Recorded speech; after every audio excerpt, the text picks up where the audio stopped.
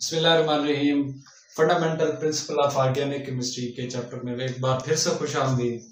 आज के इस लेक्चर में हम डिस्कस करेंगे सोर्सेज ऑफ ऑर्गेनिक कंपाउंड, जिसका पहला सोर्स हम कोल इससे पहले लेक्चर में डिस्कस कर चुके हैं।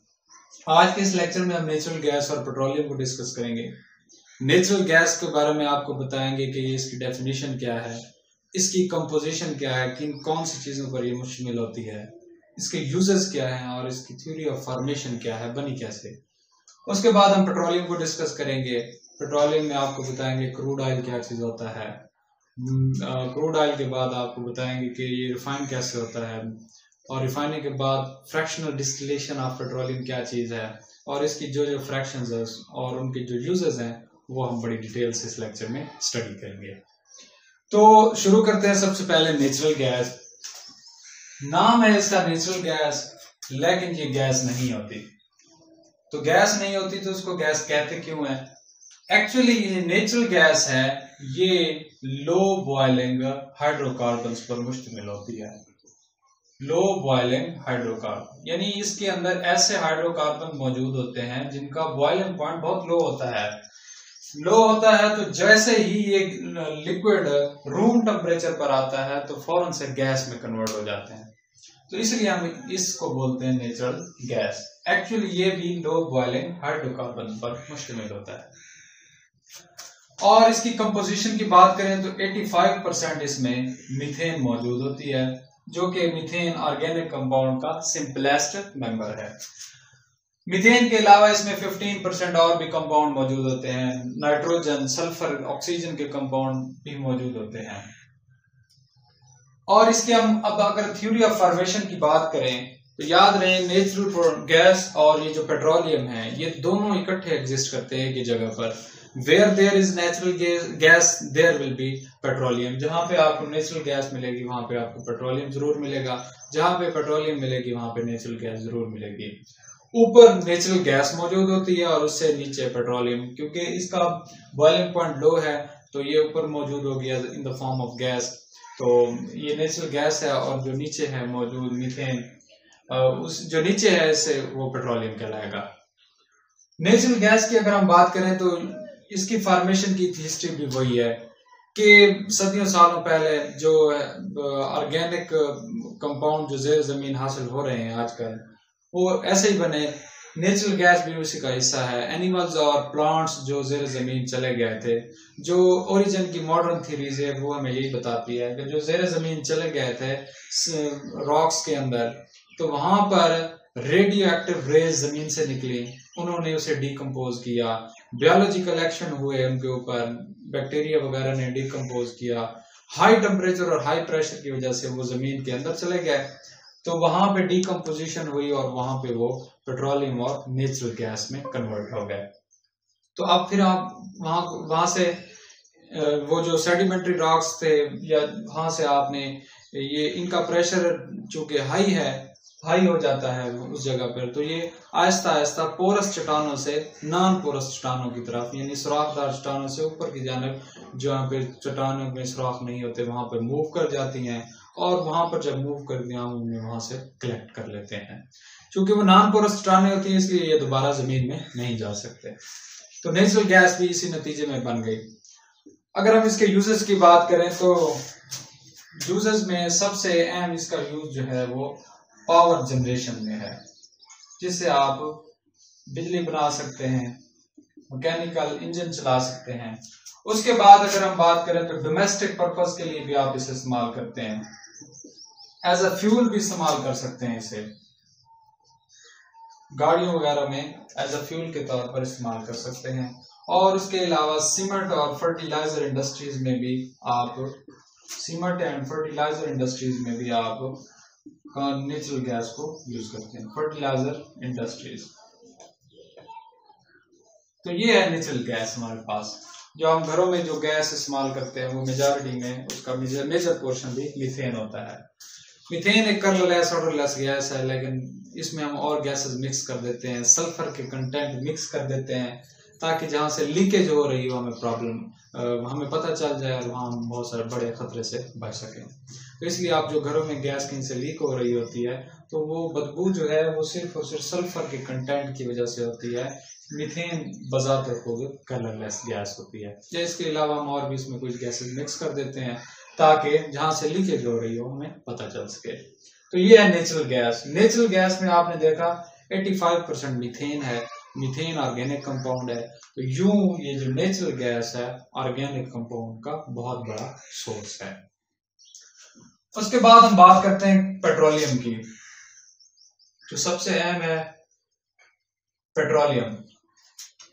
पेट्रोलियम भी इसी तरह उसकी हिस्ट्री भी वही है फॉर्मेशन की, नेचुरल गैस के साथ बन गया ये भी। अब पेट्रोलियम को समझने से पहले आपने एक डेफिनेशन समझनी है, क्रूड ऑयल। क्रूड ऑयल जिसे आप उर्दू में खाम तेल भी कहते हैं। द अनरिफाइंड फॉर्म ऑफ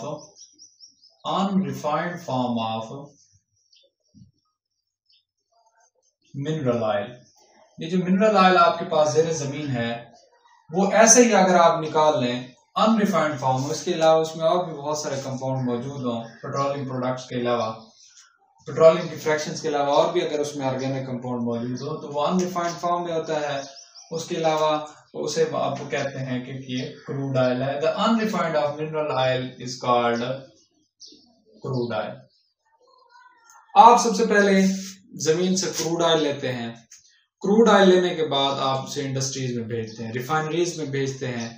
उन रिफाइनरीज में जाके ये यहाँ पे क्रूड ऑयल की रिफाइनिंग हो जाती है, यानी कि आज पेट्रोलियम को अलग कर लेते हैं और उसके बाद उसकी फ्रैक्शंस को हम सेपरेट करेंगे। तो क्रूड ऑयल जब इंडस्ट्री रिफाइनरीज में पहुंचता है तो इसको हम रिफाइन करते हैं, खालिस बनाते हैं। इसमें और जो कंपाउंड मिक्सचर बाकी भी जो फिजिकल कंटेंट इसमें मौजूद है उसको हम सेपरेट कर लेते हैं। तो पेट्रोलियम क्या चीज है? पेट्रोलियम की डेफिनेशन में the refined form of mineral oil, the refined form of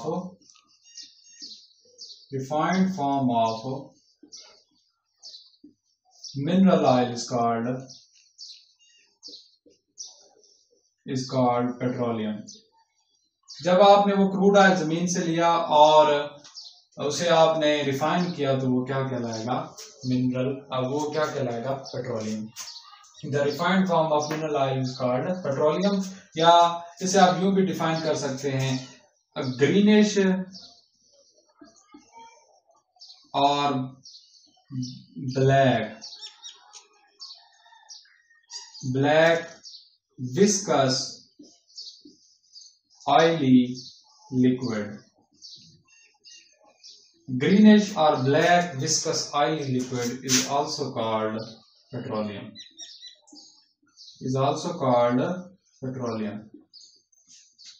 इस पेट्रोलियम के अंदर ढेरों फ्रैक्शन मौजूद होती हैं। कोई 8-10 किस्म की फ्रैक्शन मौजूद होती हैं जो कि ऑर्गेनिक, जिनके अंदर ऑर्गेनिक कंपाउंड मौजूद होते हैं। कार्बन 1 से लेकर कार्बन 18 वाले ऑर्गेनिक कंपाउंड उसमें ये जो पेट्रोलियम की फ्रैक्शंस हैं उनमें मौजूद होते हैं। तो उन फ्रैक्शंस को हम सेपरेट भी करते हैं। अब पेट्रोलियम के अंदर कोल नेचुरल गैस है, कोल गैस है, केरोसिन ऑयल है, उसके अलावा डीजल है और भी कोक है जिसे आप कोक कहते हैं, और उसके अलावा और भी बहुत सारी फ्रैक्शंस हैं जिनको आपने सेपरेट करना होता है। तो उनकी सेपरेशन के लिए आप करते हैं फ्रैक्शनल डिस्टिलेशन। फ्रैक्शनल डिस्टिलेशन क्या चीज है? आप पेट्रोलियम की जो फ्रैक्शंस हैं उनको सेपरेट करते हैं। सेपरेट किस बुनियाद पर करते हैं, किस प्रिंसिपल के तहत करते हैं? On the basis of difference in their boiling point. Petroleum के अंदर जितनी भी फ्रैक्शन मौजूद होती हैं हर एक का बॉइलिंग पॉइंट डिफरेंट होता है, तो उस डिफरेंट बॉइलिंग पॉइंट की वजह से आप उन्हें सेपरेट कर लेते हैं। तो क्या होती है fractional distillation of petroleum? Separation of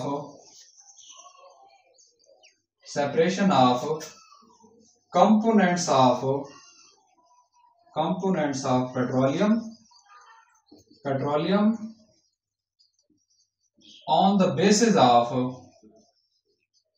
किस बुनियाद पर? difference in their boiling point, जिसका बॉइलिंग, एक टावर होता है जिसके हम पेट्रोलियम को ले जाते हैं, हीट करते हैं, तो जो जिसका बॉइलिंग पॉइंट सबसे कम होता है वो फ्रैक्शन हमें ऊपर ऊपर हासिल हो जाती है। उसके बाद जिसका बॉइलिंग पॉइंट उससे थोड़ा ज्यादा होता है, फिर दूसरे नंबर पर वो फ्रैक्शन हमें मिल जाती है।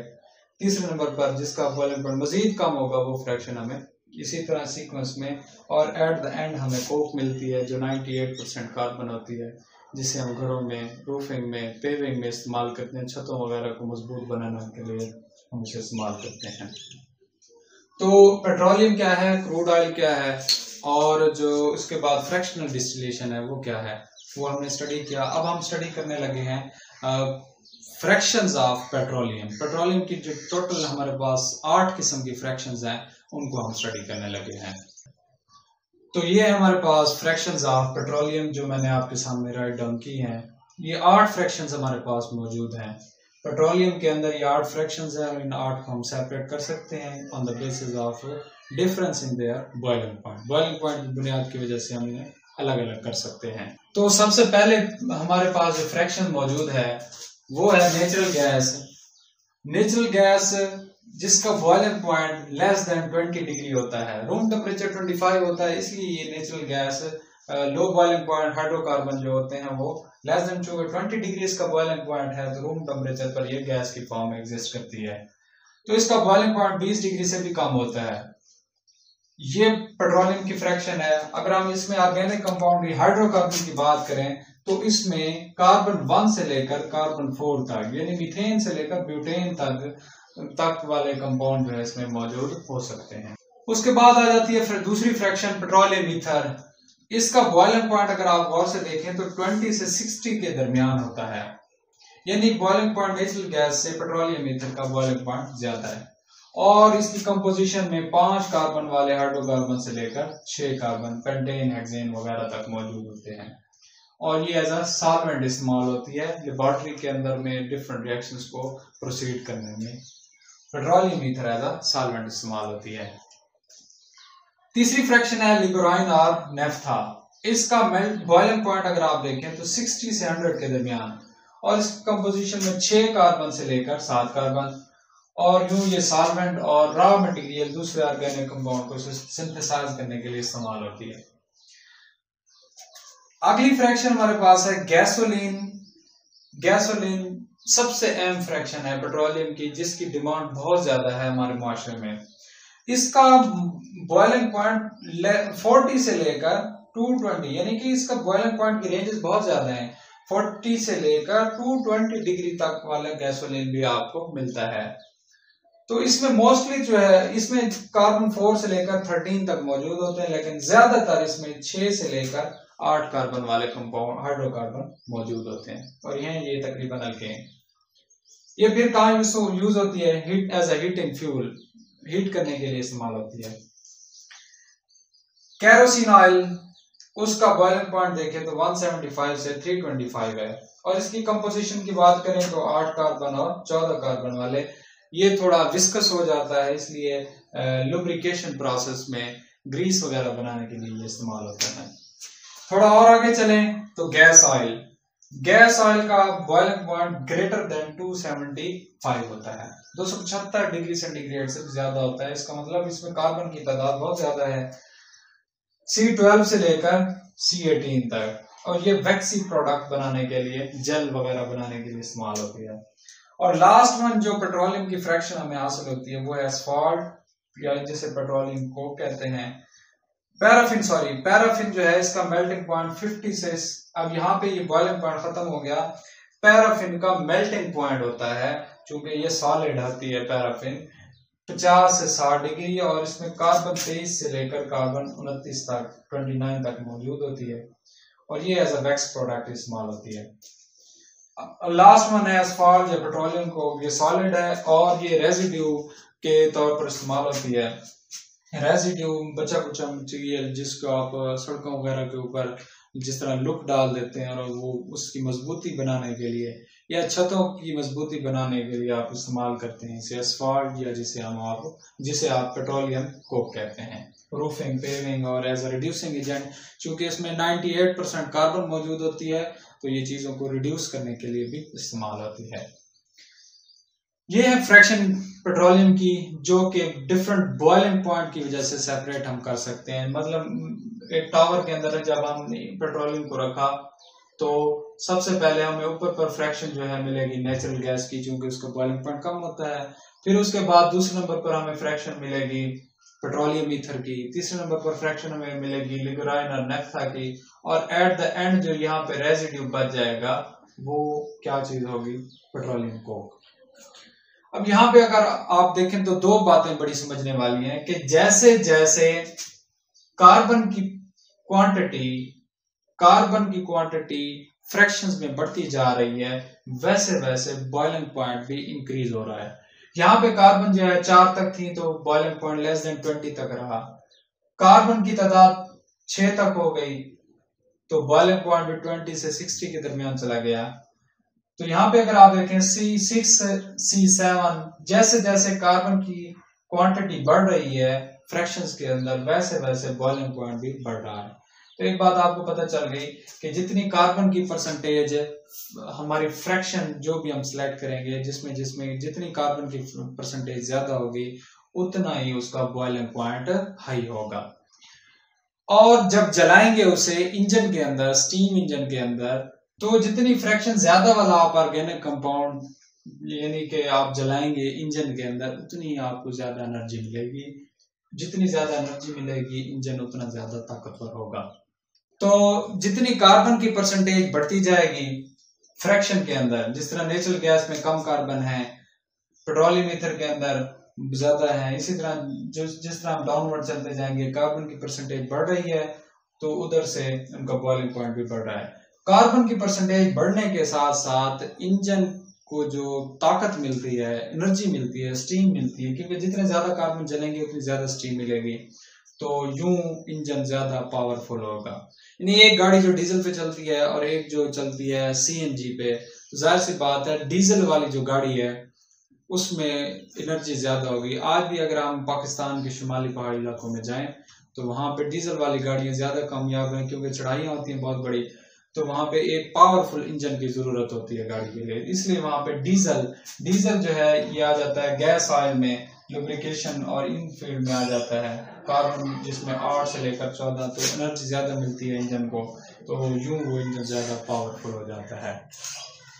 और सीएनजी वाली गाड़ियां जो है वो फौरन से, उसमें सीएनजी चूंकि उसे आप इग्नाइट करते हैं तो फौरन से सीएनजी जो है जिसमें कार्बन 1 से लेकर 4 तक कार्बन है, वो फौरन जल जाती है, फौरन से एनर्जी मिलती है। फर्क यही है कि इसमें आप क्विक एनर्जी मिलती है, फौरी, और इसलिए गाड़ियों की सीएनजी वाली जो गाड़ियां हैं उनकी पिकअप ज्यादा होती है, और जो डीजल वाली गाड़ियां हैं उनकी पिक इतनी ज्यादा नहीं होती। ठीक है जी। उसके बाद हम इन फ्रैक्शंस को सेपरेट करके हम यूज कर सकते हैं। इसके बाद दूसरी चीज जो है अहम है इसमें समझने वाली, यहाँ पे आपको नजर आ रहा होगा गैस ऑयल। गैस ऑयल के अंदर 12 कार्बन से लेकर 18 तक कार्बन मौजूद है। और दूसरे नंबर पर है कैरोसिन ऑयल। कैरोसिन ऑयल में इसका बॉइलिंग पॉइंट भी ज्यादा है, 175 से लेकर 325। यहाँ पे 40 से लेकर 220, लेकिन यहाँ पर सडन 40 से 175 तक बॉइलिंग पॉइंट चला गया है। 175 वाला फिर नीचे अगर आए गैस ऑयल पे तो वो ग्रेटर देन 275। तो ये वाली जो दोनों फ्रैक्शंस हैं, कैरोसिन ऑयल और गैस ऑयल, इनकी डिमांड इतनी ज्यादा नहीं है हमारी सोसाइटी में, लेकिन इनकी डिमांड ज्यादा नहीं है, ये हमारे पास वाफिर मिकदार में मौजूद होती है। तो हम क्या करते हैं, इन कैरोसिन ऑयल और गैस ऑयल को किसी ऐसी फ्रैक्शन में भी कन्वर्ट कर सकते हैं जिसकी डिमांड माशरे में ज्यादा है। और वो फ्रैक्शन कौन सी है, इनके ऊपर मौजूद है गैसोलीन। गैसोलीन की डिमांड कैरोसिन ऑयल और गैस ऑयल से ज्यादा है, लेकिन इसकी जो प्रोडक्शन होती है पेट्रोलियम से जो हम ये फ्रैक्शन हासिल करते हैं वो कम होती है, तो इसलिए डिमांड पूरी नहीं हो रही। हम ये करते हैं कि कैरोसिन ऑयल और गैस ऑयल को हम कन्वर्ट कर देते हैं किसमें, गैसोलीन में। किस तरीके से कन्वर्ट करते हैं उसके लिए आप अगला लेक्चर देखिए।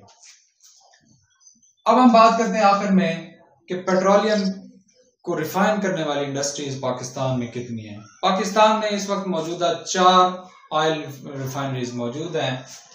पहली ऑयल रिफाइनरी मौजूद है रावलपिंडी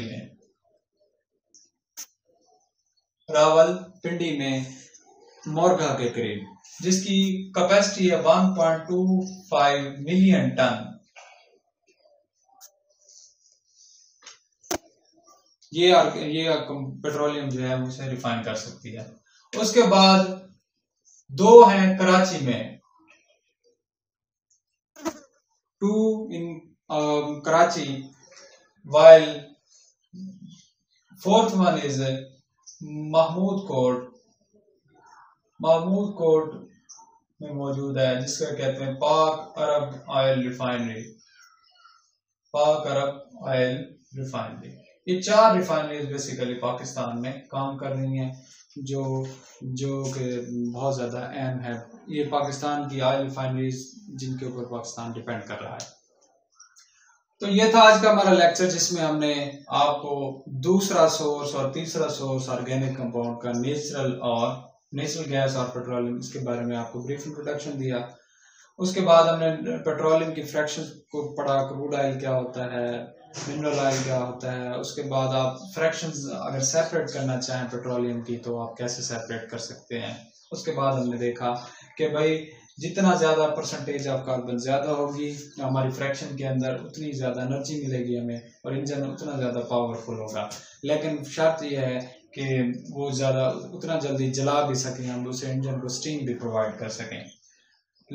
और उसके बाद हमने देखा कि केरोसिन ऑयल और गैस ऑयल जिनका बॉइलिंग पॉइंट रेंज बहुत ज्यादा है, ये इंजन में जाके आसानी से जलते नहीं है, तो इनमें कार्बन की परसेंटेज बहुत ज्यादा है। एनर्जी तो बहुत ज्यादा मिलती है, लेकिन उस वक्त मिलेगी ना जब आप इसे जला सकेंगे, इससे एनर्जी हासिल कर सकेंगे।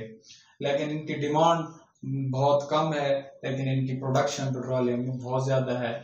गैसोलीन जिसकी डिमांड बहुत ज्यादा है, लेकिन उसकी फ्रैक्शन हमारे पास है, उसकी क्वांटिटी कम होती है, तो हम गैस ऑयल को और केरोसिन ऑयल को गैसोलीन में कन्वर्ट कर सकते हैं। उसके बाद हमने देखा ऑयल रिफाइनरीज इन पाकिस्तान। तो ये था आज का हमारा लेक्चर।